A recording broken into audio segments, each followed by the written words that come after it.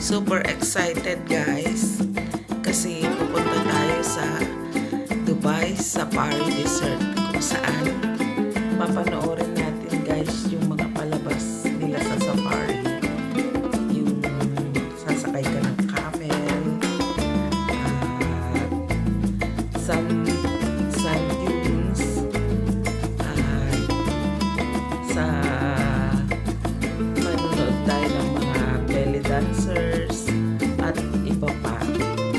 Pero bago ka makapunta dun guys, dapat ahead of time magpabook ka na.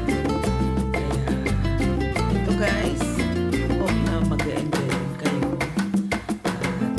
Habang mapunta pala tayo dun guys, kinukuhanan ko na video yung mga views na nadadaanan natin. Hope guys na magugustuhan din yung share ko sa araw. Actually guys, 1 week holiday lang kami dito sa Dubai.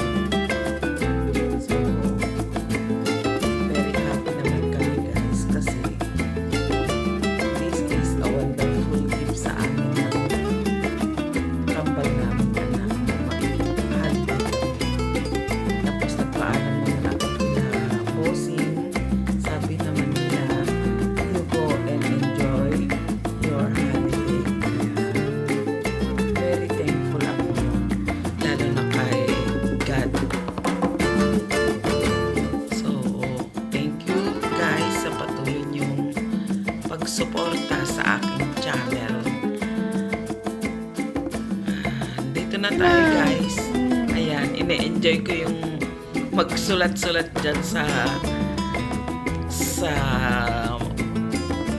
sand dito sa disyerto ng Dubai. Ayan.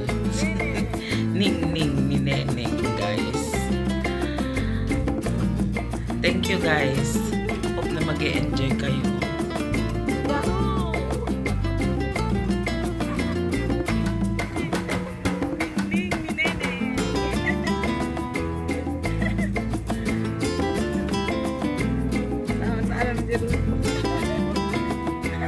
Walang heart.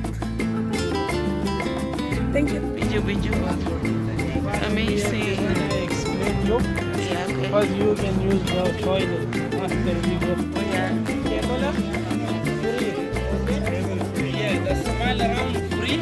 If you go the long ride, camel riding, it's money. Okay. Okay.